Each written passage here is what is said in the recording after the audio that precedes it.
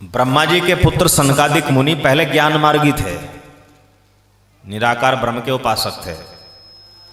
उन्होंने एक बार श्री ब्रह्मा जी से सच्चिदानंद साकार भगवान नारायण की महिमा सुन ली, जो वैकुंठ में रहते हैं। उनके रूप सौंदर्य का वर्णन सुना, भक्ति मार्ग की महिमा सुनी। तो ये साक्षात भगवान का दर्शन करने के लिए सनकादिक मुनि, जो भगवान विष्णु के शक्त्यावेश अवतार भी हैं, तो ये पहुंच गए वैकुंठ। किंतु वैकुंठ के भीतर प्रविष्ट नहीं हुए, द्वार पर ही इनको भगवान नारायण के द्वारपाल जय और विजय ने रोक दिया। अब इनमें तीव्र उत्कंठा थी भगवान नारायण का दर्शन करने की, किंतु जब जय विजय ने रोक दिया तो सनकादिक मुनियों ने क्या कहा, अरे ये वैकुंठ तो समदर्शी धाम है, यहां पर तो कोई भेद दृष्टि होती नहीं किसी में। तुम वैकुंठ में रहते हो और फिर भी संशय करते हो, भला यहां कौन किसका अमंगल कर सकता है। जब इस धाम में माया का प्रवेश नहीं, काल का प्रवेश नहीं, यहां किसी का कुछ बिगड़ ही नहीं सकता, तो अगर हम कोई ऐसे व्यक्ति हैं जिनसे हानि पहुंच सकती है, तो भी वैकुंठ वासियों को, वैकुंठ को कोई हानि नहीं पहुंच सकती हमसे, क्योंकि वैकुंठ तो सनातन धाम है। तो तुम लोग हमें रोक रहे हो, इसका अर्थ तुम्हें हमसे, हम पर शंका है कि हम कुछ यहां उपद्रव करेंगे। मुझे तो तुमसे समदर्शिता की आशा थी, किंतु तुम तो विषमदर्शी निकले। हमारे विचार से तुम इस समदर्शी लोक में रहने के योग्य नहीं हो। हम तुम्हें शाप देते हैं कि तुम तत्काल मृत्यु लोक में आ जाओ और जन्म स्वीकार करो। हरे कृष्ण कृष्ण कृष्ण हरे हरे, हरे राम राम राम हरे हरे। अब वैकुंठ से तो पतन होता नहीं किसी का। शास्त्र कहता है यद गत्वा न निवर्तन्ते तद धाम परमम मम। जो भगवान के धाम में चला गया, भगवान के धाम में पहले से है, उसका संसार में जन्म मरण नहीं होता।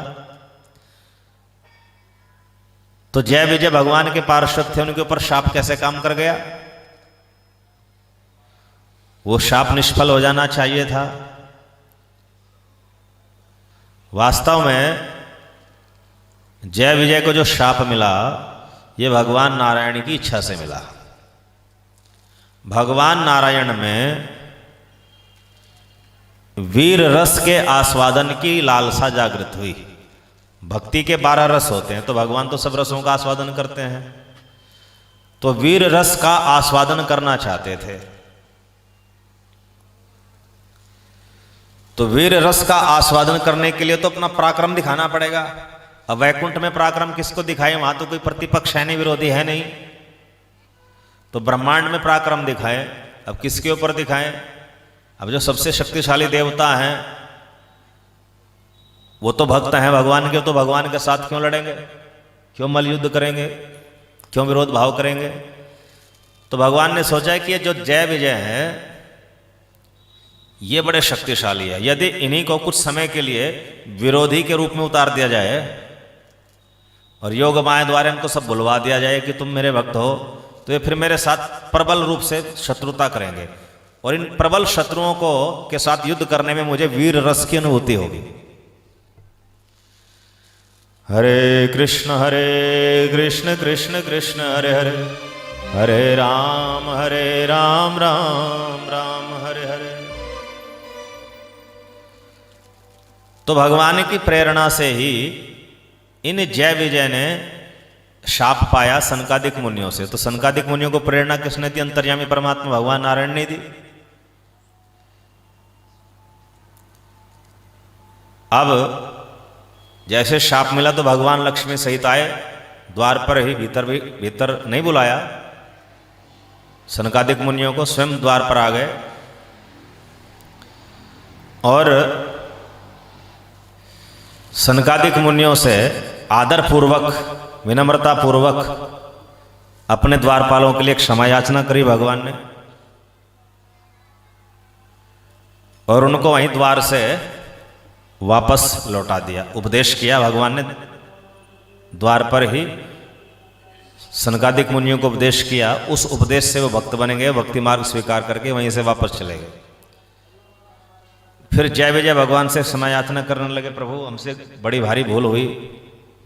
तो भगवान ने कहा ये तुम्हारी भूल नहीं, ये मेरी इच्छा थी। मैं ही चाहता हूं कि तुम संसार में जन्म लो,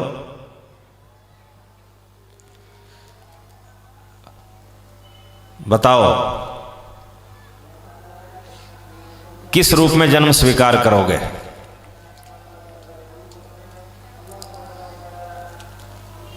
हरे कृष्ण कृष्ण कृष्ण हरे हरे, हरे राम राम राम हरे हरे।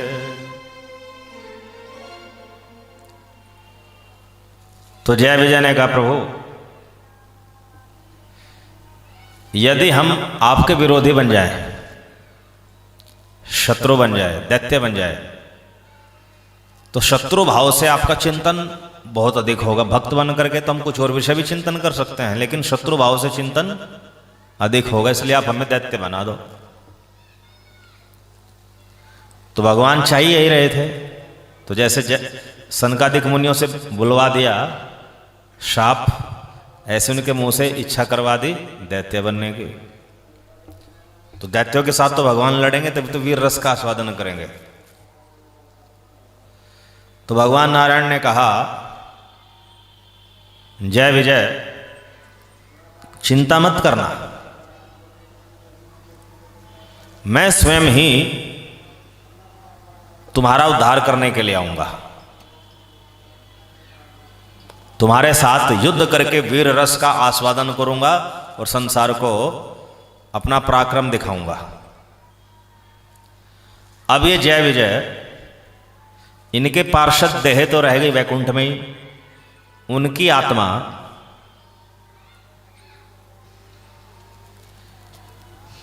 नीचे गिर गई संसार में, और कश्यप ऋषि की पत्नी दिति के गर्भ में प्रवेश कर गई जुड़वा बालकों के रूप में। तो जिस समय दिति के गर्भ में प्रविष्ट हुई और काफी लंबे समय बाद भी उनका जन्म नहीं हुआ, तो उन पार्षदों की आत्मा, जय विजय की आत्मा के तेज से ब्रह्मांड में उथल पुथल होने लगी।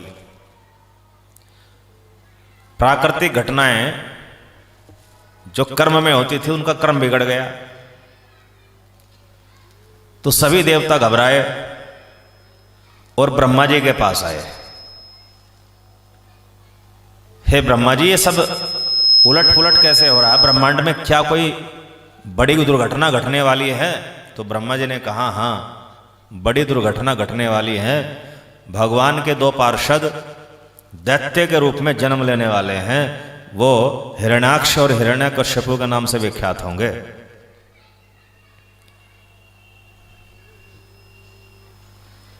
देवताओं ने पूछा भगवान के पार्षद और वो दैत्य बनेंगे? इस घटना को विस्तार से सुनाओ। तो ब्रह्मा जी ने पूरी कथा सुनाई, जो मैंने संक्षेप में आपको सुनाई तो उन्होंने विस्तार से सुनाई। तो इस विस्तार कथा में एक श्लोक ब्रह्मा जी ने बोला सनकादिक मुनियों के हृदय परिवर्तन का, कि सनकादिक मुनि जब जय विजय को शाप दे रहे थे और वहां लक्ष्मी नारायण आ गए, तो भगवान नारायण के रूप का दर्शन करके, उनके चरणों का दर्शन करके, उनके चरणों में अर्पित जो वैकुंठ की दिव्य सुगंधित तुलसी थी उसकी सुगंध सूंघने से उनके ब्रह्मानंद में हलचल मच गई। क्योंकि ब्रह्मानंदी थे, मुक्त थे, तो ब्रह्मानंद उनका फीका पड़ गया भगवान नारायण के दर्शन करके। तो उसी विषय में ब्रह्मा जी कह रहे हैं देवताओं को, तस्यारविंद नयनस्य पदारविंद किंजल कमिश्र तुलसी मकरंद वायु अंतर्गतः स्वविवरेण चकार तेषां संक्षोभम क्षरजुषामपि चित्त तन्वो। हे देवताओं, जब उन सनकादिक मुनियों ने जो बाल्यावस्था में थे भगवान श्री नारायण के चरणारविंद का दर्शन किया और उनके चरणारविंद में अर्पण की गई वैकुंठ की दिव्य तुलसी की मकरंद सुगंध को छोकर के वायु अपने नाकों से नासारंध्रों से सूंघी तो अंतर्गत सब विवरण चकार तेषाम, तो सुगंधित वायु जब उनके हृदय में गई नाक के माध्यम से, संक्षोभम चित्त तन्वो, उनके मन और तन में संक्षोभ क्षोभ हो गया। अर्थात जो आनंद उनको समाधि में प्राप्त होता था, ब्रह्मानंद जिसका वो आस्वादन करते थे, वो ब्रह्मानंद फीका पड़ गया। इतना अधिक आनंद भगवान के चरणों में अर्पण की गई तुलसी की मकरंद से सुगंध से उनको मिला। तो भगवान नारायण का दर्शन साक्षात सच्चिदानंद रूप का, उनके चरणों का दर्शन, उनके चरणों में अर्पण की गई जो तुलसी थी, उस तुलसी की सुगंधित वायु को जब उन्होंने सूंघा तो नाक से वो सुगंधित वायु गई, दिव्य वायु, दिव्य सुगंध गई।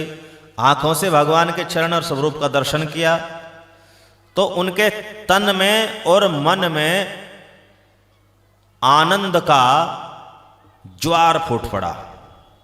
इतना अद्भुत आनंद मिला उनको कि निराकार ब्रह्म में जो उन्हें ब्रह्मानंद मिलता था तो उनके उसके सामने फीका पड़ गया। अत्यधिक उनका चित्त आकर्षित हो गया और वे वहीं से भगवान लक्ष्मी नारायण के भक्त बन गए। उन्होंने ज्ञान मार्ग छोड़ दिया और भक्ति मार्ग अंगीकार कर लिया। फिर भगवान नारायण ने उनको भक्ति मार्ग का उपदेश करके वहां से वैकुंठ से वापस ब्रह्मांड में भेज दिया।